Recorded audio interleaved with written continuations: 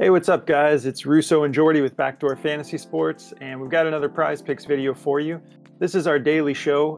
The board is more filled out. We're going to be giving you four more plays. We're going to be talking about the NBA slate for February 5th on Monday. Before we get into these plays, though, if you've never tried Prize Picks, use our promo code at the bottom of the screen, and they'll match your first deposit up to $100. They're just going to double what you put on. So if you deposit the whole 100, you'll get $200 to play with. Just make sure you put that code in and they will hook you up with that deal. And if you're new to our channel, make sure you subscribe and hit the notification bell because you'll want notifications on if you want to jump on these plays before they get bumped or removed, which happens to us a lot.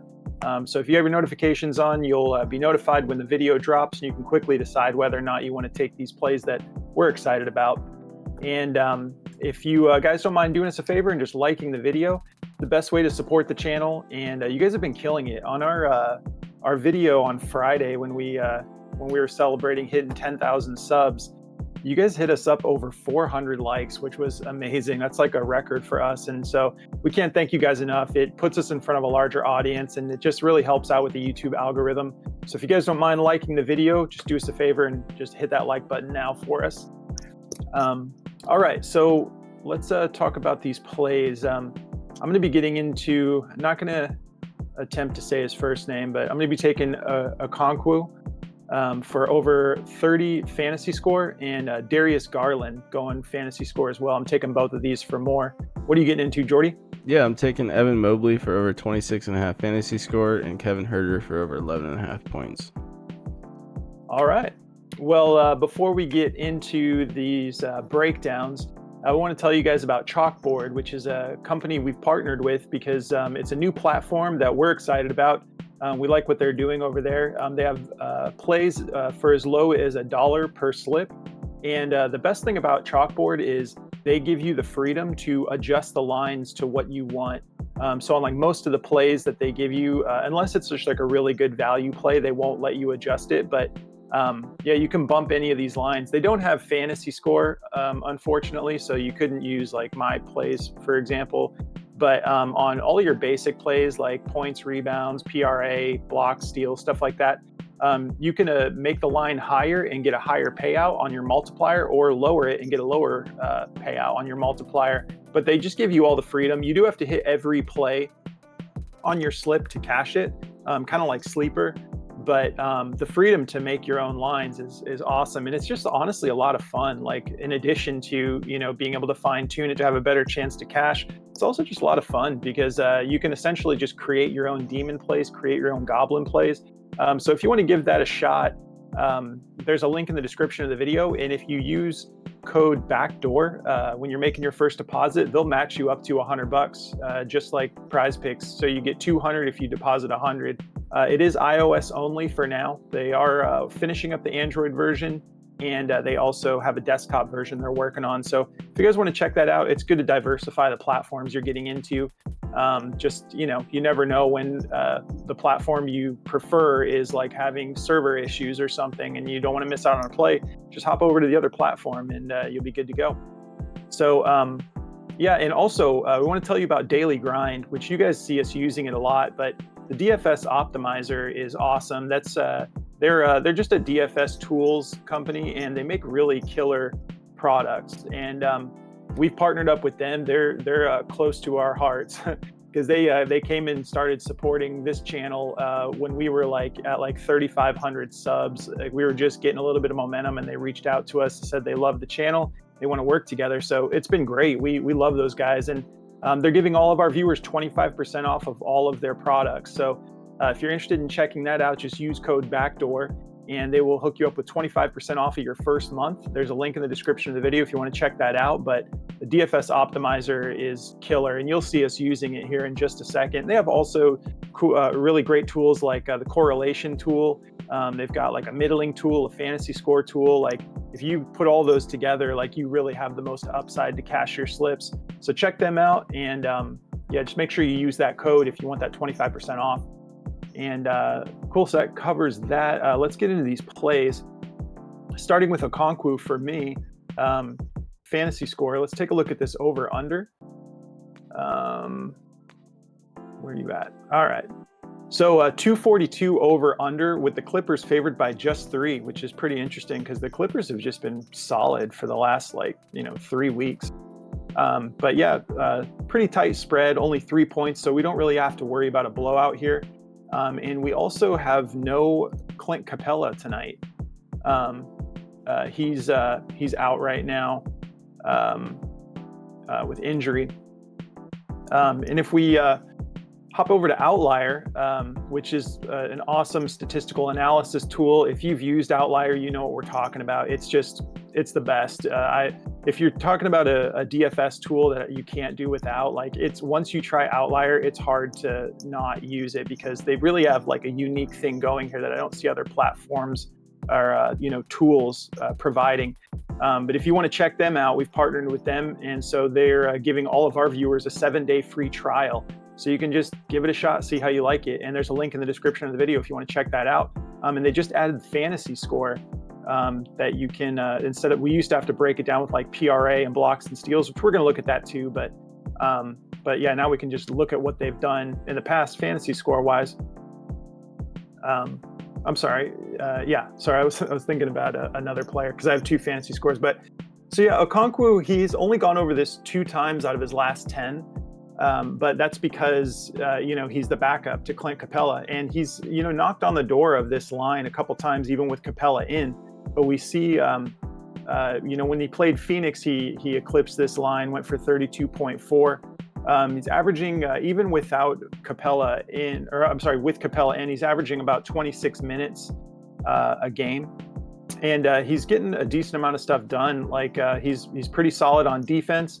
But we see this last game when he had the opportunity to get his minutes boosted, played 36 minutes, and he went for 47.2 fantasy score.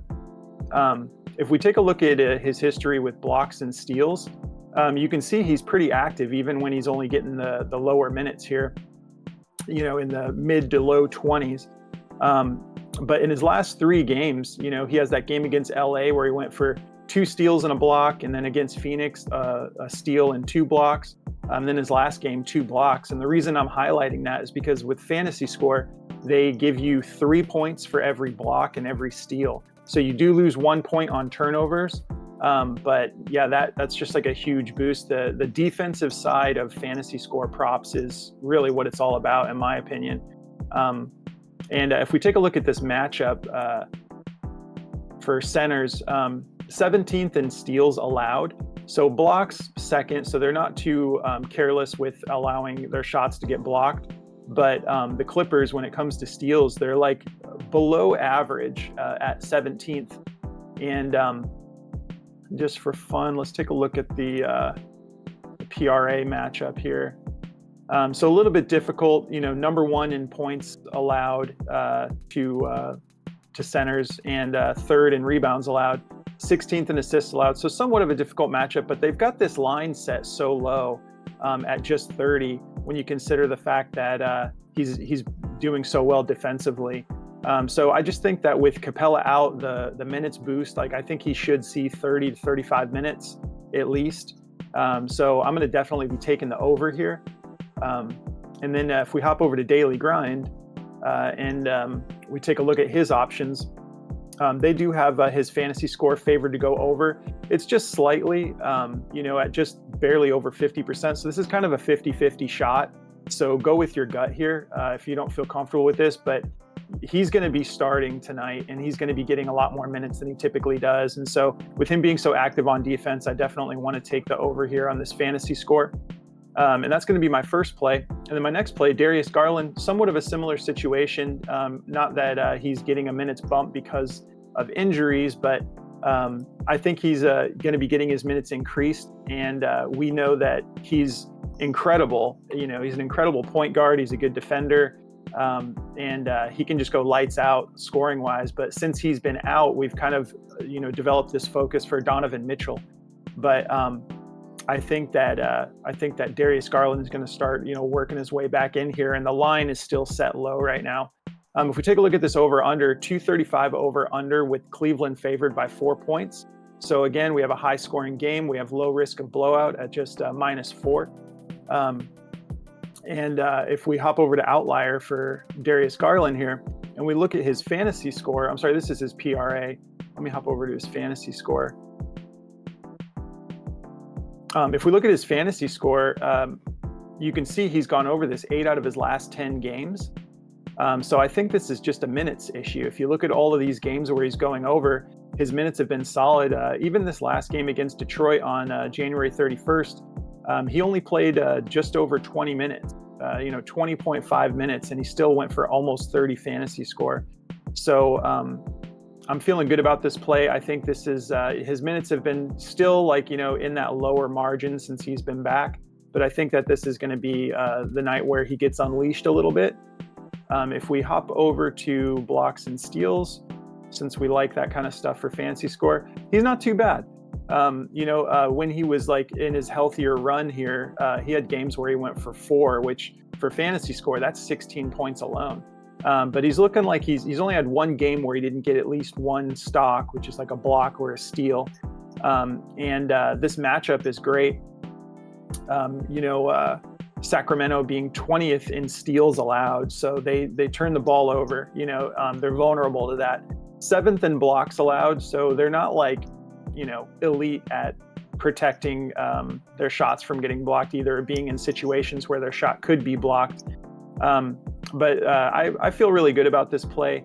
If we take a look at the PRA, points, rebounds, and assists, to point guards, they're 17th in points allowed, 29th in rebounds allowed, 26th in assists allowed. And you can see, again, he's just typically crushing this line, but it's just been lower since he's getting back in to rhythm post-injury. So I feel good about this fantasy score going over. And I expect his minutes to get a little bit of a bump. Maybe he doesn't see quite 30 minutes, but I wouldn't be surprised if he got somewhere in that ballpark of 30 tonight. Now that he's getting back into rhythm. And then if we hop over to daily grind for Garland, the fantasy score is actually the second best play they have for him tonight, according to the DFS optimizer. They have him at 52.74% odds to hit the over at a minus 111. In the fantasy score, the odds get a little bit tricky because it's just a little bit harder to read when you're looking at, and you can even see on here there's not a whole lot of populated odds makers. And then if you look down at something like points, everyone's got a take on it. So I'm feeling good about this because this is just way too low for him when he's typically in full form. And I think that we might be able to catch this a little early and take advantage. Oh, he just got bumped to 25.5. That doesn't bother me. I think he's going to go well over that. So go with your gut. If you're uncomfortable with any of these plays, as always, just fade them if you don't like them. But these are the two I'm rolling with. You want to get into yours, Jordy? Yeah. So to get into mine here, I've got Evan Mobley. I'm actually taking his fantasy score as well. I feel great about Mobley going over this. He's just coming back from injury, and he's been playing pretty good. Over his last 3 games, he's only been getting about 20 minutes though, but they're slowly increasing his minutes. And I think he'll be in for a big share tonight, considering what he did in such a short amount of time against San Antonio in the last game. He put up 44 fantasy score in 23 minutes, and a lot of that was in the first half. So if you look at this fantasy score over the stretch, though, I mean, this is way too low because of him coming back. He's gone over this line 16 out of 20 games. Obviously, he's only been back 3, so I'm just gonna go to last 5 here. But even with him getting these limited minutes, he's been coming real close to this 20, 20, and 44. So I like this one a lot. Jared Allen is a game time decision. I'm sure he'll play through it. But if he doesn't, Mobley's definitely going to hit this line. So regardless, I'm taking this. If we look at Mobley's PRA and what he's able to do when he's on the floor, in 23 minutes, he scored 28 points and had 10 rebounds and 3 assists. So the dude's very capable. It's a great matchup for power forward too. Obviously, if Allen's out, he'll probably play center for them. But, if he's just starting at his normal power forward position, this is a great matchup for him. 28th in points allowed, 18th in rebounds allowed, and 29th in assists allowed. So really good matchup for him. I think they'll definitely utilize him tonight. In the head-to-head, if we look at fantasy score, he's gone over this 2 out of 3 times. So good history behind this play for him going over this line. I just think 26 is too low, and obviously he has the capability to get blocks and steals. Each time he's played them, he's had 1 steal. But you can see he went for 7 blocks against Atlanta. So like he's capable of getting an insane amount of blocks and whatnot. So, and he's also the league leading, like before he got hurt, he leads the league in dunks every year almost. So the dude is all about yamming it at the rim, which in turn gets him fouled quite a bit too. So he does shoot some free throws, but yeah, I like this play a lot. This isn't juiced to go over on Daily Grind. It's actually juiced to go under by 52.58%. So just go with your gut. You can take the play each way you want, but I think the over's just got a lot of value to it. So I'm taking the over there. And then I'm taking Kevin Huerter, old Red Velvet here, to go over 11.5 points. I feel good about him to go over this one. He was kind of on like a consistent streak before this last game against Chicago. He just had a really bad shooting night there too, and they sat him for a lot because he didn't really play that well. But he's gone over this 5 out of 6 times on the road, and they're going back on the road again tonight. And this kid, if he catches fire, man, you got to watch out because he'll just burn you. I mean, he's had some monster games. He went for 31 against Indiana, 26 against Milwaukee, 18 against Dallas. So he's got the ability for sure. It's a tough matchup. They're number 1 against shooting guards, Cleveland. But if you look at the head-to-head, he's burned them a lot over the last couple of years. He's gone over this in all 3 head-to-heads, 14, 19, and 20. So I think it's a good matchup for him, regardless of how tough it may be. I just think he's one of those players where it doesn't really matter how good your defense is if he's on, and he's gonna just hit those threes and burn you. He averages 6.6 3-pointer attempts per game, and he's making about 38% of them. So he's gonna at least give us 6 points in this game from that. And then he's great in the mid-range. His mid-range little shot is really nice.